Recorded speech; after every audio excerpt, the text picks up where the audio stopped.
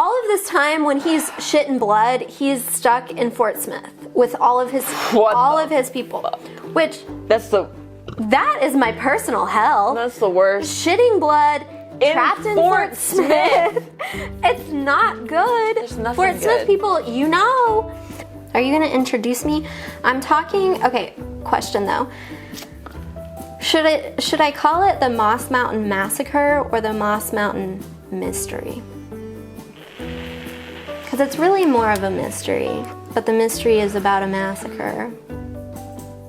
The Massacre Mystery. The Moss Mountain Massacre Mystery. Ooh, that's...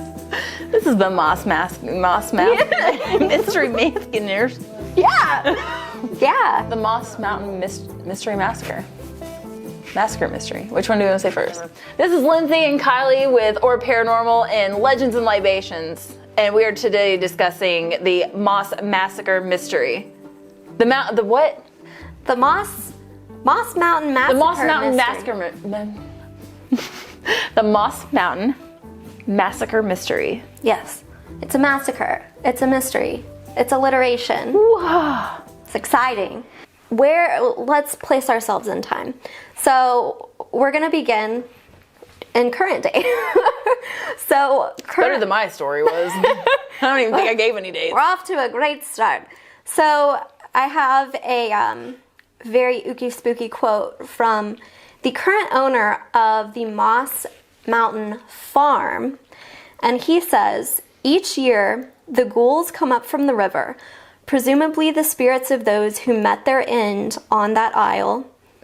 Now long gone, these ghosts return for their anniversary walk among my guests during Halloween festivities." Oh shit. So we'll talk about this a little more later, but that's the mystery. Say where this was?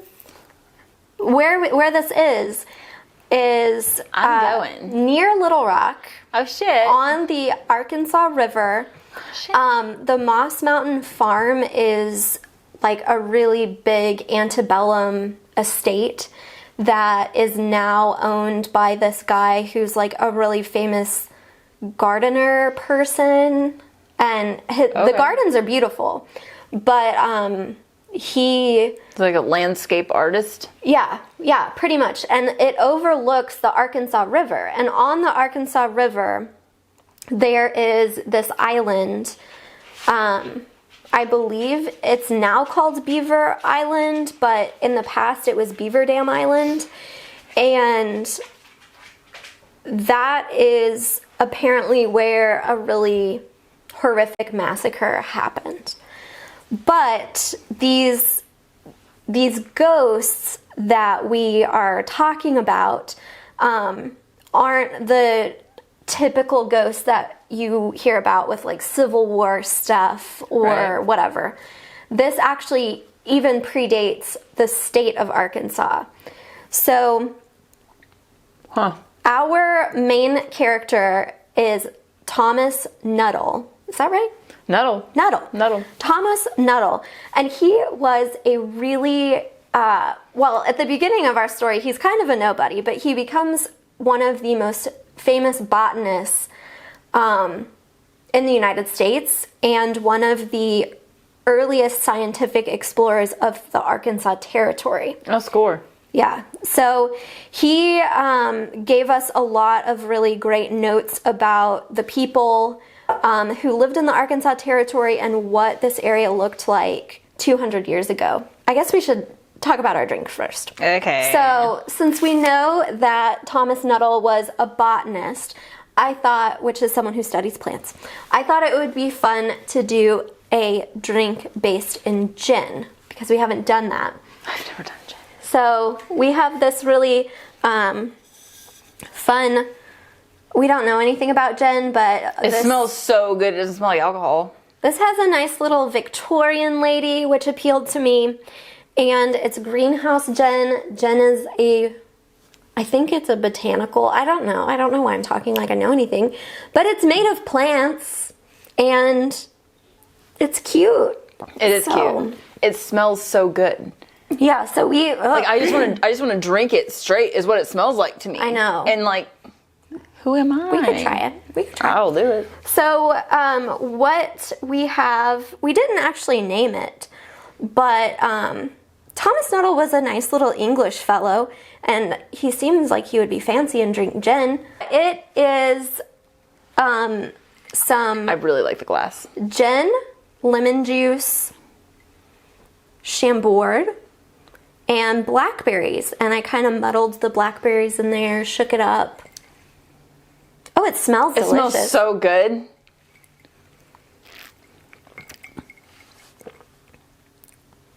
Bitch. It's like... You gotta be kidding me. Ooh, it feels fancy. Very fresh. Very fresh. I mean, I think I love this. We're gonna have to try this gin like by itself just to know what it tastes like. I taste like the burn of alcohol. Mm-hmm. Okay. Someone who doesn't have a palate for this shit. I don't really taste like alcohol where I'm like, ah. Yeah. You know what I mean? Like a kick like tequila has a wang. I would think that this would have a wang, but I'm...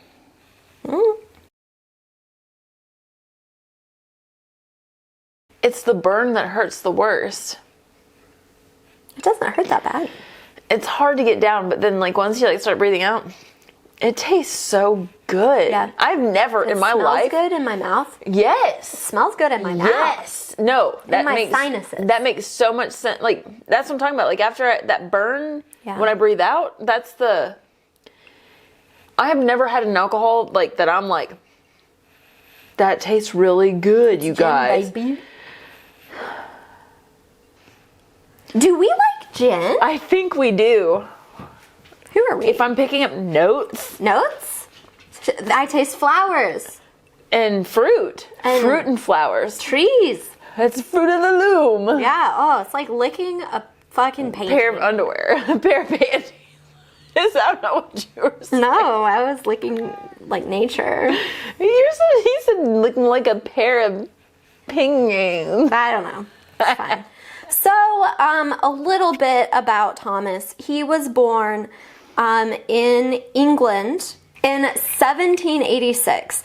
And he actually, as was tradition at that time, was sent to live with his uncle, and he became an apprentice printer.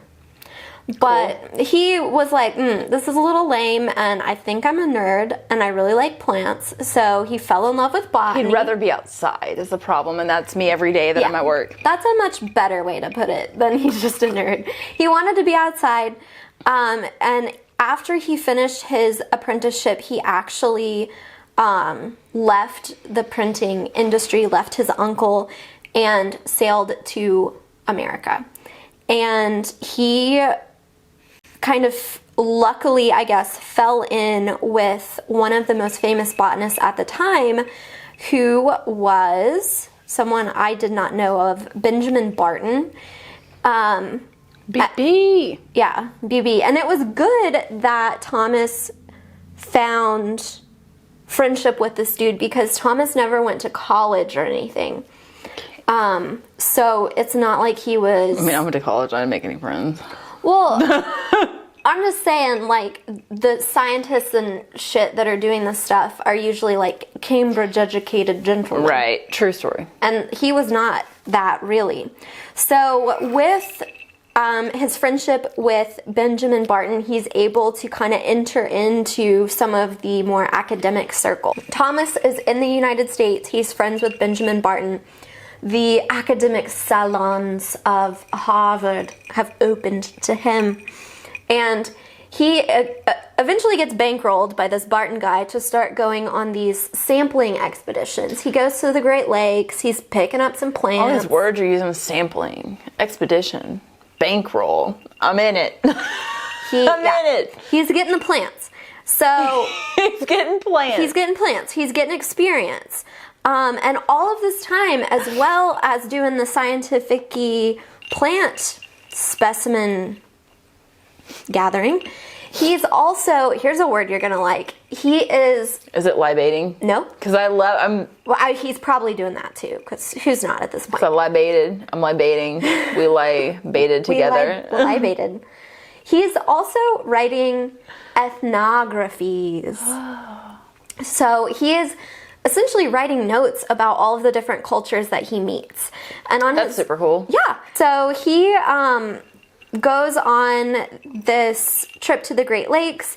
He also goes on a journey as part of the Astor expedition up the Missouri River. And that's where he does some ethnographic work Like on that one. the Mandan people. So they were a huge culture, and it's fascinating. I have a good book recommendation for that, but I can't remember the title of it right now. Later on, you post it. I'll post it. So he's doing all this stuff. He ends up actually publishing his first book in 1818. Damn. And then he sets off... 1818? Yes. Do we have this book?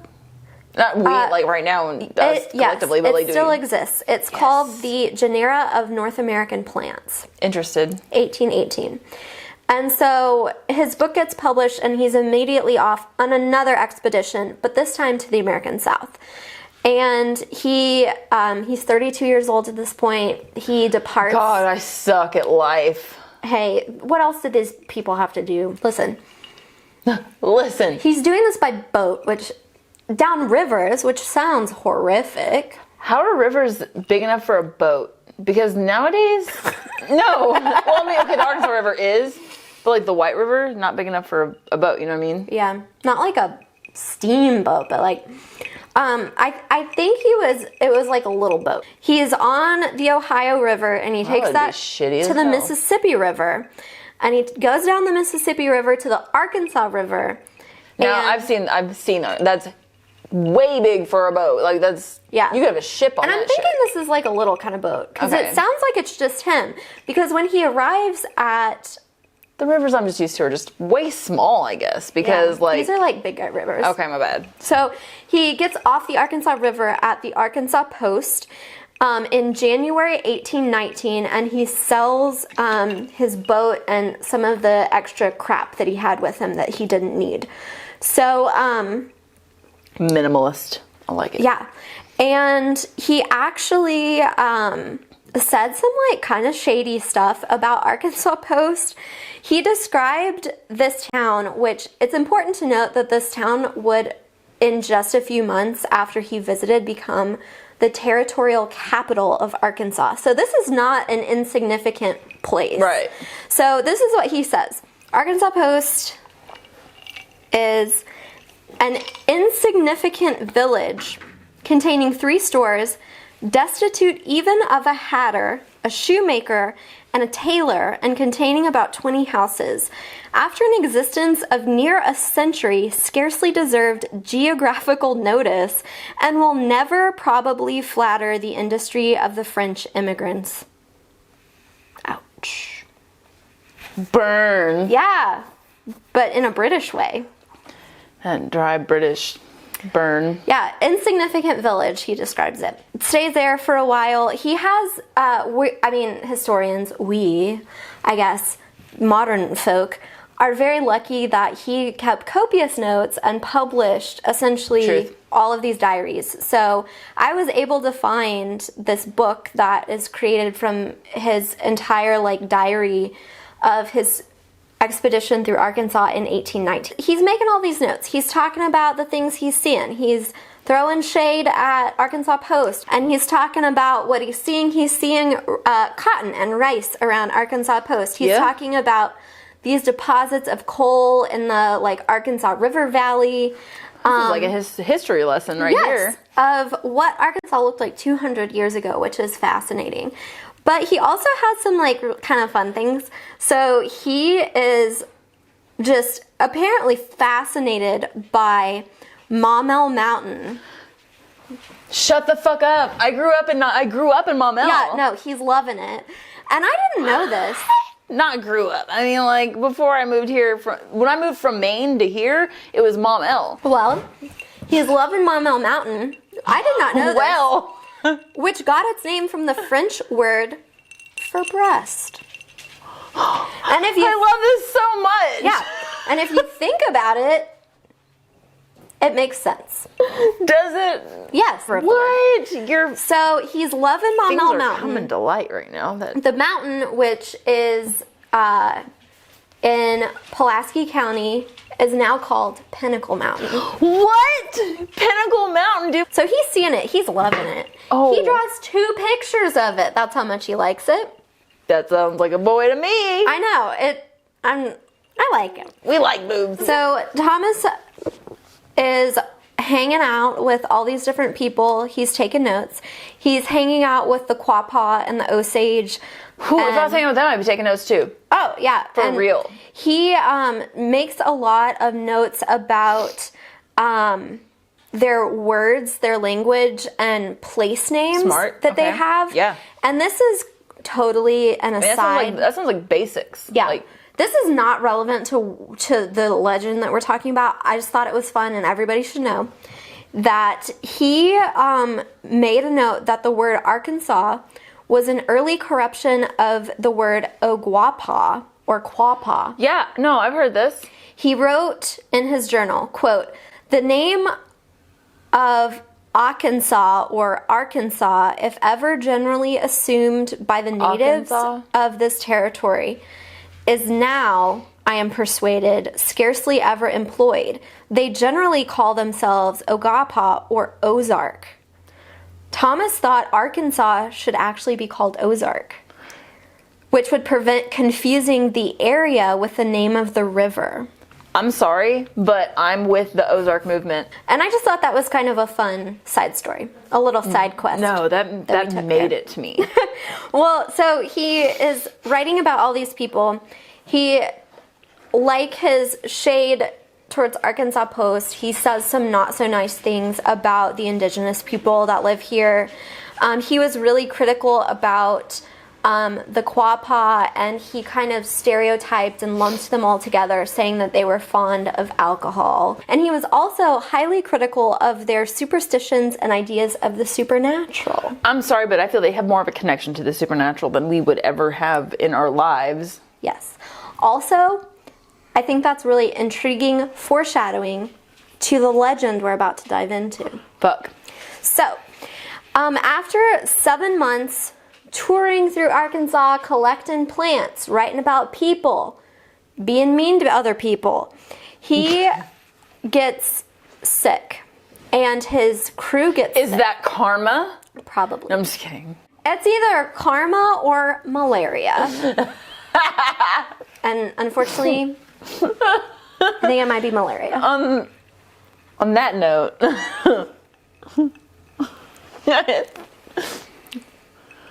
whoo! Oh my gosh. This is quickly going downhill. For us and also for Thomas. So Thomas, he gets malaria. All his friends get malaria. It's not going great. He gets sick in mid-July. This is not funny. It really is. It's really not.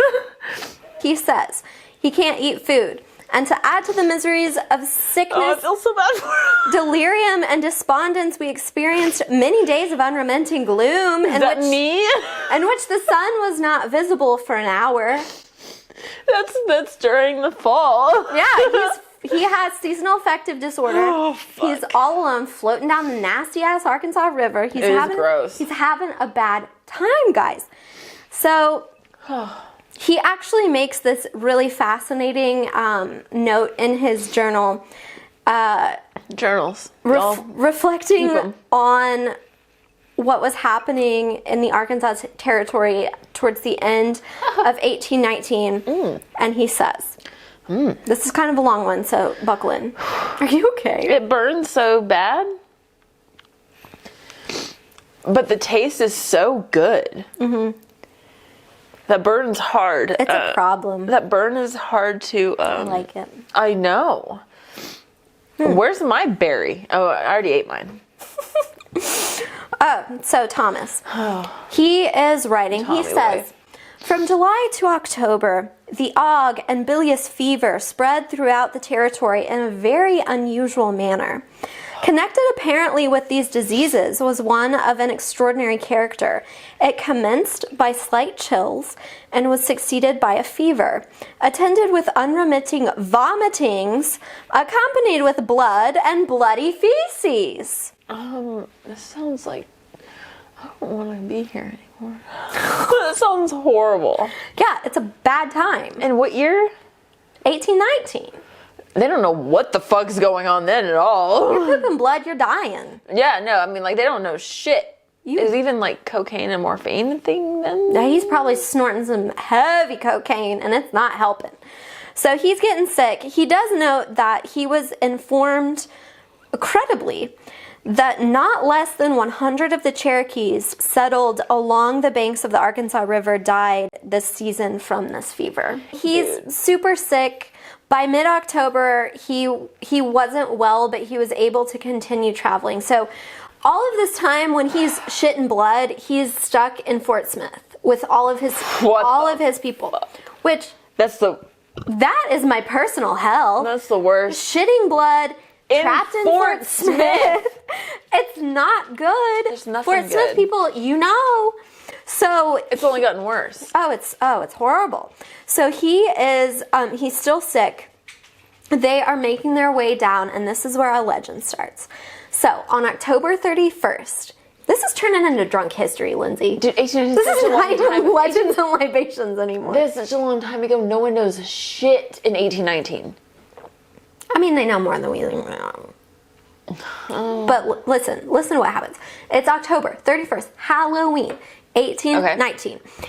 They are going down the Arkansas River. They're getting tired. They're like, okay, let's find a place to hang out. It gets tired when you're on the river all day. Oh my gosh, exhausting. We've been there. We've been there. Not good. We've been there, done that. So he and his homies, they disembark from the river on Beaver Dam Island. Or Beaver Island along the Arkansas River near Little Rock. Beaver's the best. And they start, they're setting up their camp, whatever. It's going fine for a couple days. But in the early morning hours on October 31st, Halloween, he suddenly awakes from his sleep. He looks out, trying to figure out like what woke him up. He's looking, the fog is rolling in from the Arkansas River. Oh, that sounds beautiful. And he sees what is apparently human figures in the mist. That does not sound walking as around. beautiful. He's like, people, weird. Yeah. But he's like in that weird, like just coming dream out of state. sleep, and he's trying to like take it all in. And then he starts hearing the cries of his crew members as these that's a nightmarish thing. misty figures start murdering them, Lindsay. Mist figures? Yeah, these weird, he's seeing like human forms kind of shrouded in the mist, and then he's hearing his crew members being like destroyed. No, that's like a literal, like, rated R nightmare movie. Yeah, no, horrible. So as this is happening, he's waking up, he's like coming fully out of sleep. A couple of other people around him are like, what is going on? And then these figures just like sink back into the mist from whence they came. And he's like, bro, this is fucked up. And they start looking around, and all they're able to find are the mangled bodies of their friends and like their bloody sleeping bags. Their 1819 sleeping bags filled with guts and gore. Which I feel are mostly white. Yeah, it's probably linens. Sickness. So, unfortunately, after this incident, apparently, Thomas and only 4 of his crew survived this massacre. So, witnesses that came to their camp after the fact were like, looks like an animal attack, but Thomas knew. He knew it wasn't an animal attack. He saw the figures in the mist. And no one's going to listen to that. Yeah, and there was never definitive proof found. So there's some people... Well, back then, they don't have any fucking shit to prove shit. Well, nobody it's saw 1819, goddammit. I know. They didn't have... I don't know. Listen. So apparently, since that time, every year on the anniversary of this event, people are going out to the Moss Mountain and Beaver Dam Island area, and they're looking for these ghosties coming out of the Arkansas River. Ghosties, this is...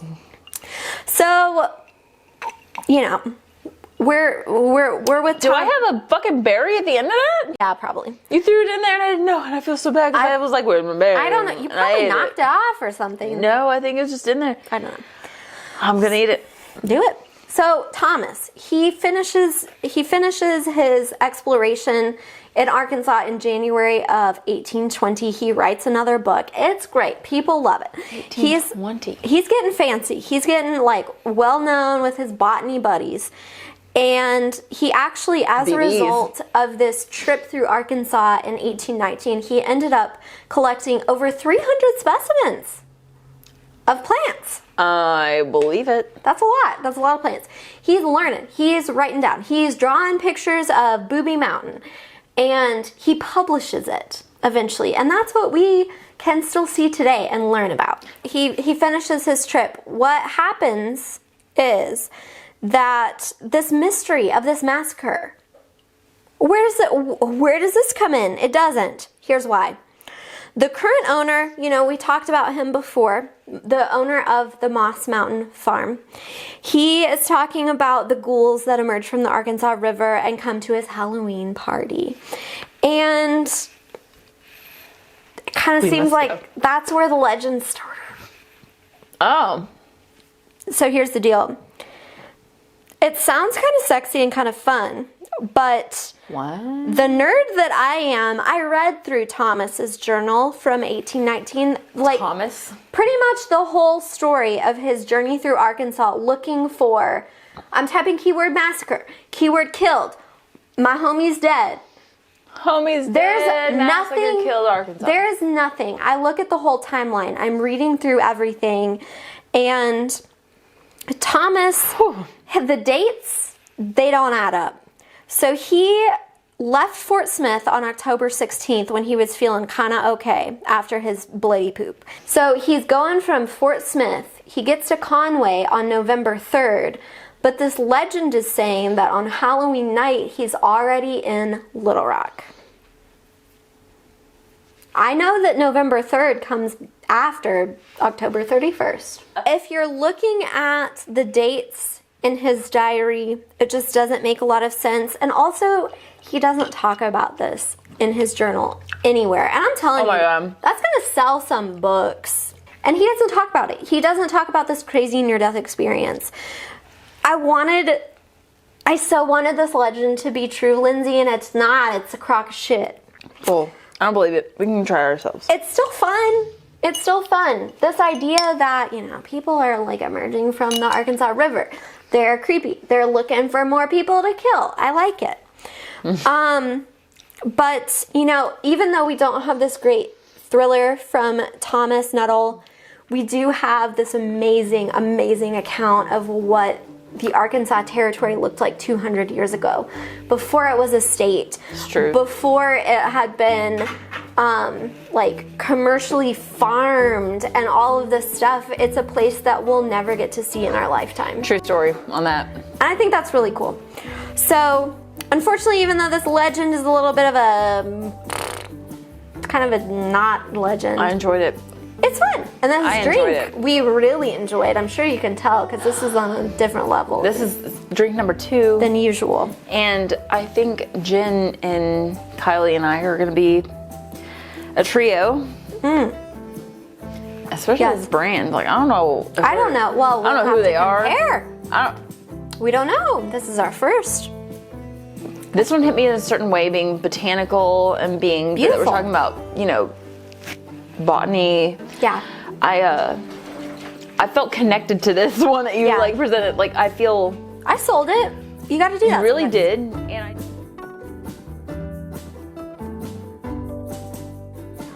Tell me how to say Nuttall. Nuttall? I'm hoping it's Nuttall, but that sounds weird.